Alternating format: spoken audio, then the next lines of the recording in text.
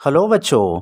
आज हम लोग मराठी अक्षर भारती इयत्ता 9वी का लेसन नंबर 7 दिव्याच्या शोधामागचे दिव्य इसके क्वेश्चन एंड आंसर स्टडी करेंगे। प्रश्न 1 आकृतिबंध पूर्ण करा। 1. सर हम्फ्री डेव्ही यांनी तयार केलेल्या दिव्याच्या मर्यादा।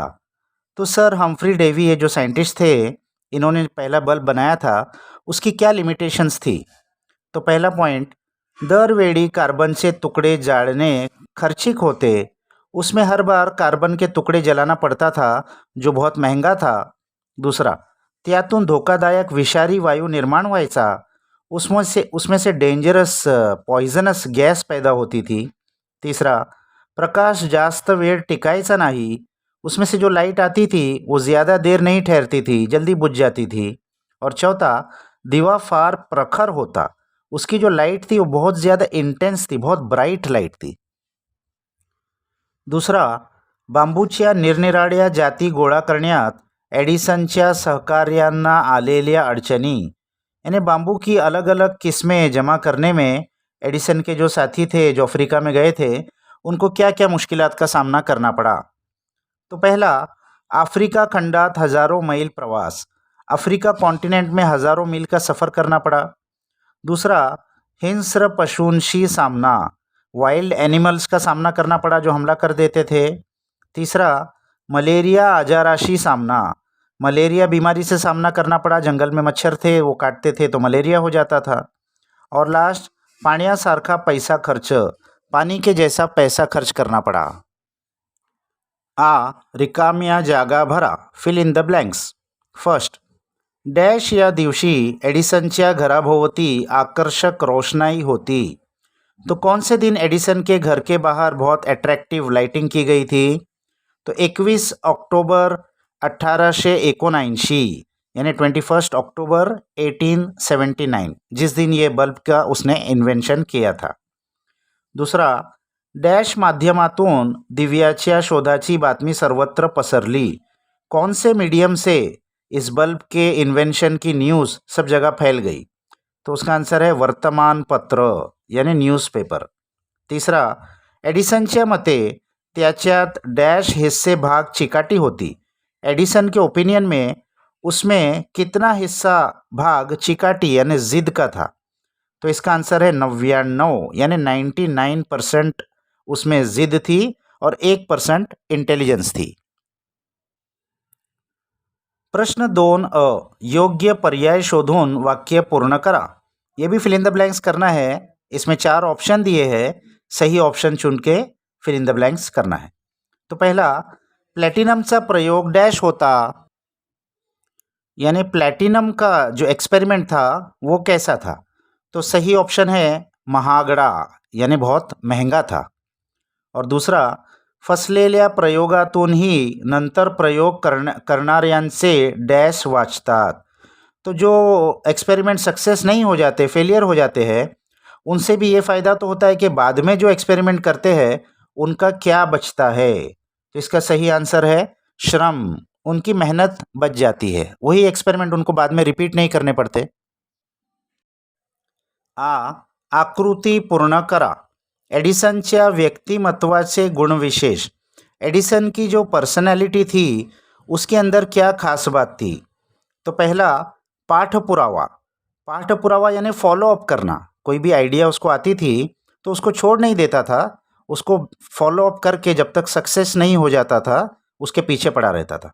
दूसरा, संकटांना तोंड देणे, यानी मुसीबत का सामना करना, भागना नहीं। तीसरा, उमेदीने नवे प्रयोग करण्याची चिकाटी, कितने भी एक्सपेरिमेंट फेल हो जाए तो फिर से नया एक्सपेरिमेंट उसी उम्मीद से, उसी ऑप्टिमिस्टिक तरीके से करता था। और चौथा, बुद्धिमत्ता, यानी इंटेलिजेंट तो था ही। प्रश्न 3, खालील वाक्यांतील अधोरेखित शब्दांचे वचन बदलून वाक्य पुन्हा लिहा। यानी जो नीचे सेंटेंस दिया है उसमें जो अंडरलाइन वर्ड है उसका वचन बदल के, यानी एक वचन है तो अनेक कर देना है, अनेक है तो एक कर देना है, और फिर सेंटेंस लिखना है। तो पहला, घराभोवती दिव्यांचा झगमगाट पाहायला सारे गाव लोटले। तो अंडरलाइन किया हुआ वर्ड है दिव्यांचा, तो ये प्लूरल है तो इसको सिंग्युलर कर देंगे. घराभोवती दिव्याचा झगमगाट पाहायला सारे गाव लोटले. इस तरीके से इसको लिखेंगे. सेकंड, कार्बनचा तुकडा जोडून प्रकाश तयार करण्याचे काम खर्चिक होते. अब यहाँ अंडरलाइन किया हुआ वर्ड है तुकड़ा, ये सिंगुलर है, एक वचन है, तो इसको अनेक वचन करके लिखेंगे. कार्बनचे तुकडे जोडून प्रकाश तयार करण्याचे काम खर्चिक होते. तिसरा, अमेरिकेच्या पोस्ट खात्याने दिव्याचे चित्र असणारी तिकिटेही प्रसिद्ध केली. तो यहाँ अंडरलाइन किया है तिकिटेही, तो तिकिटे ये प्लूरल है, अनेक वचन है. सिंगुलर क्या होता है तिकीट, तो इसको लिख देंगे अमेरिकेच्या पोस्ट खात्याने दिव्याचे चित्र असणारे तिकीटही प्रसिद्ध केले. और चौथा, फसलेल्या प्रयोगांची पद्धतशीर नोंद एडिसनने वहीमध्ये ठेवली. तो अंडरलाइन किया हुआ है वहीमध्ये, यानी बुक में. वही सिंगुलर है, इसका प्लूरल होता है वह्या. तो इसको कैसे लिखेंगे? फसलेल्या प्रयोगांची पद्धतशीर नोंद एडिसनने वह्यांमध्ये ठेवली. प्रश्न 4, स्वमत, अपने ओपिनियन से आंसर लिखना है. पहला, संशोधक होण्यासाठी तुम्ही स्वतःच्या व्यक्तिमत्वात कसे बदल कराल ते 8 ते 10 वाक्यांत लिहा. संशोधक यानी रिसर्चर, साइंटिस्ट बनने के लिए आप अपनी पर्सनैलिटी में क्या चेंज करोगे, ये 8 से 10 सेंटेंस में लिखिए. तो उत्तर, संशोधक होण्यासाठी 1% बुद्धिमत्ता तर 99% चिकाटीची आवश्यकता असते, हे थोर शास्त्रज्ञ एडिसनचे वचन कायम लक्षात ठेवीन. तो सबसे पहली बात, रिसर्चर, साइंटिस्ट बनने के लिए सिर्फ 1% इंटेलिजेंस चाहिए, लेकिन 99% चिकाटी यानी ज़िद, मेहनत होनी चाहिए. ये जो बहुत महान साइंटिस्ट एडिसन का जो बात है, इसको मैं हमेशा ध्यान में रखूँगा. त्याप्रमाणे आधी झालेल्या शोधांचा मागोवा घेईन. तो उसके मुताबिक पहले जो काम हो चुका है, जो रिसर्च हो चुकी है, उसको मैं पहले चेक करूँगा, उसको रिवाइज करूँगा. हे करताना भरपूर वाचन करण्याची वृत्ति अंगी बांधवेन.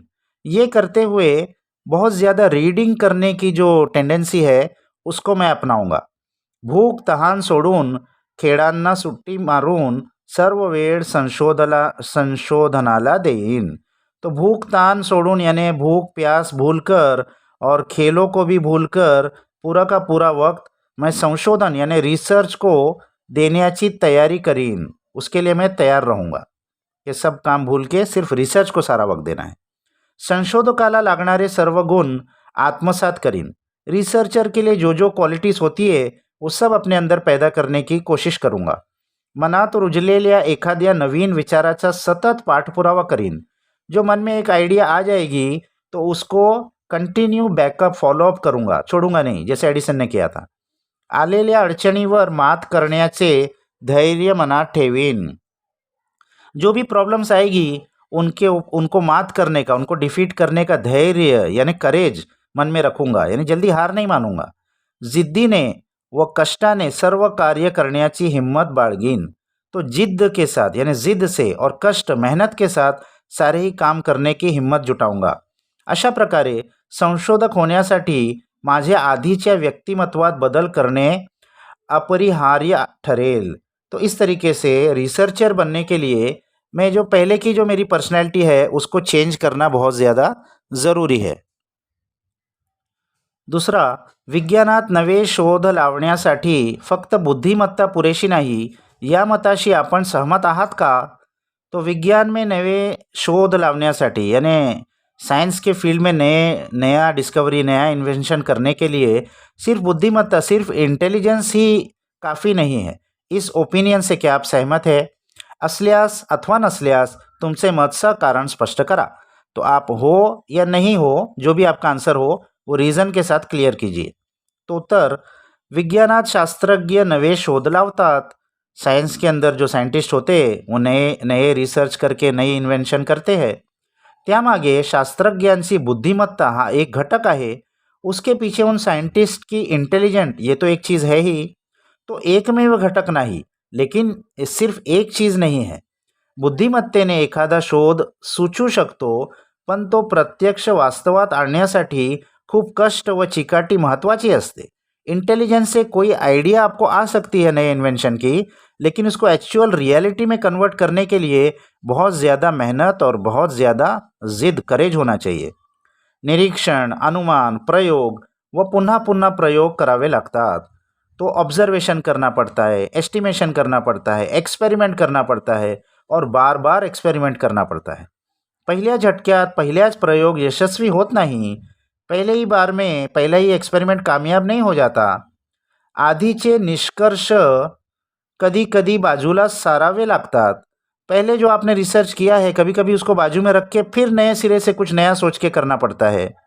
त्यामुळे अडचणींवर मात करण्याची चिकाटी, सतत पाठपुरावा करणे, श्रम व वेळ देणे या गोष्टीही बुद्धिमत्ते इतकेच महत्त्वाचे ठरतात. तो उसके लिए अड़चनीवर मात करने, जो भी प्रॉब्लम्स आएगी उसको सॉल्व करना, ये सॉल्व करने की चिकाटी यानी जिद, सतत पाठपुरावा यानी कंटिन्यूस फॉलोअप करते रहना, श्रम व वेळ देने, मेहनत और वक्त देना, ये चीज़ें भी इंटेलिजन्स के इतनी ही ज़रूरी है. म्हणून विज्ञानात नवे शोध लावण्यासाठी फक्त बुद्धिमत्ता पुरेशी नाही, या मताशी मी सहमत आहे. इसलिए साइंस की फील्ड में नए इन्वेंशन करने के लिए सिर्फ इंटेलिजेंस ही काफ़ी नहीं है. इस ओपिनियन से मैं सहमत हूँ. 3. तुमच्या मनात येणारा नवीन विचार प्रत्यक्षात आणण्यासाठी तुम्ही कोणकोणते प्रयत्न कराल? आपके दिमाग में जो कोई नया आइडिया आया है उसको ॲक्च्युअल रियालिटी में लाने के लिए आप क्या क्या कोशिश करेंगे? उत्तर: माझ्या मनात येणारा एखादा नवीन विचार आधी पारखून घेईन आणि मनात पक्का निश्चय करीन.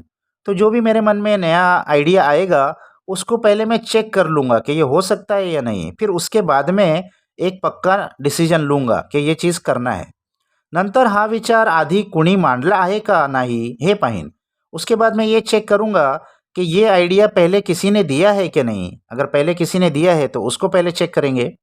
खूप अभ्यास करून या विचाराविषयी आधी काय काय लिहिले अथवा बोलले गेले ते व्यवस्थित तपासीन. तो बहुत मैं स्टडी करके पहले इस आइडिया के बारे में क्या क्या लिखा गया है और क्या क्या कहा गया है उसको मैं अच्छे से स्टडी कर लूँगा, ताकि पहले जो हो चुका है वो रिपीट ना हो, उसके आगे मैं काम करूँ. वेगवेगळ्या नोंदी व टिप्पणे काढीन.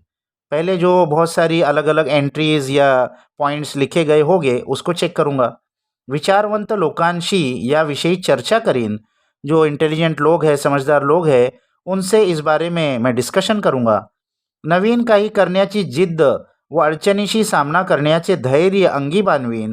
तो नया कुछ करने की जिद और मुश्किलात का सामना करने की करेज, इसको अपने अंदर पैदा करूँगा. खूप मेहनत व चिकाटीने तो नवीन विचार प्रत्यक्षात आणण्याचा प्रयत्न करीन. फिर बहुत ज़्यादा मेहनत करके और करेज के साथ उस नए आइडिया को एक्चुअल रियलिटी में लाने की पूरी कोशिश करूँगा. इसके बाद ये भाषाभ्यास का सेक्शन है, यानी ग्रामर का सेक्शन है. इसमें अव्ययी भाव समास पढ़ना है हमको. तो समास क्या होता है? दो या दो से ज़्यादा वर्ड्स यानी शब्द समूह को मिलाकर एक कंपाउंड वर्ड बना देना, एक शॉर्ट वर्ड बना देना, उसको कहते हैं समास. और इस वर्ड को कहते हैं सामासिक शब्द. अब क्योंकि ये दो वर्ड से बना हुआ है तो इसके अंदर कम से कम दो वर्ड होते हैं कंपाउंड वर्ड में. तो इसके पहले वर्ड को पहला पद कहते हैं और दूसरे वर्ड को दूसरा पद कहते हैं. तो अव्ययी भाव समास में पहला पद ये इम्पॉर्टेंट होता है. तो ऐसे समास को अव्ययी भाव समास कहते हैं. तो चलो हम इसको यहाँ रीड करते हैं. अव्ययी भाव समास वैशिष्ट्य, इसकी क्या खास बात है? पहिले पद महत्त्वाचे असून ते बहुधा अव्यय असते. तो पहला पद यानी जो पहला वर्ड है कंपाउंड वर्ड का, वो इम्पॉर्टेंट होता है और ज़्यादा करके अव्यय होता है. अव्यय यानी प्रीफिक्स.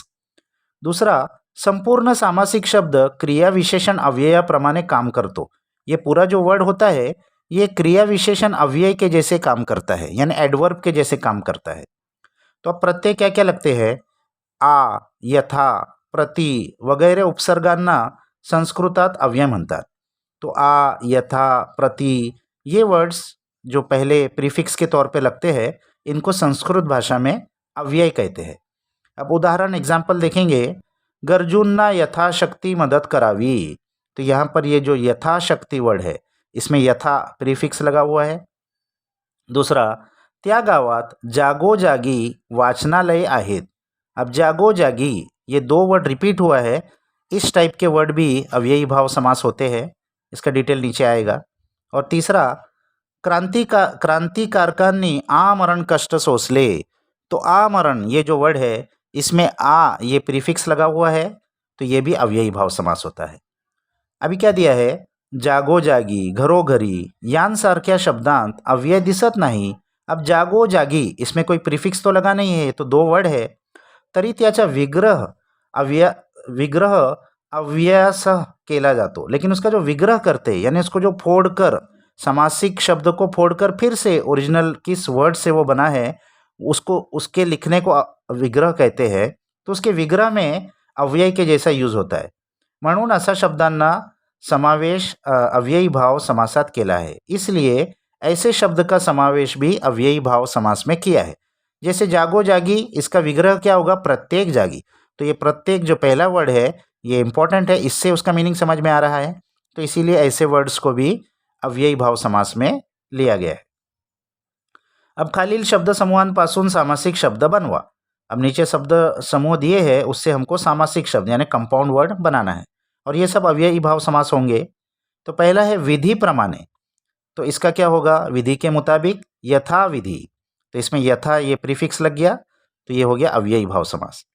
दूसरा है प्रत्येक गल्लीत, तो इसका सामासिक शब्द बनेगा गल्लो गल्ली, तो हमने देखा था ऊपर जागो जागी के एग्जाम्पल में, तो ये जो ऐसे दो वर्ड्स मिलके बनते हैं ये भी अव्ययी भाव समास होता है। उसके बाद है चुकीची शिस्त यानी गलत डिसिप्लिन, तो उसको हम लिख सकते हैं बेशिस्त, बे ये प्रीफिक्स लग गया, तो ये अव्ययी भाव समास हो गया।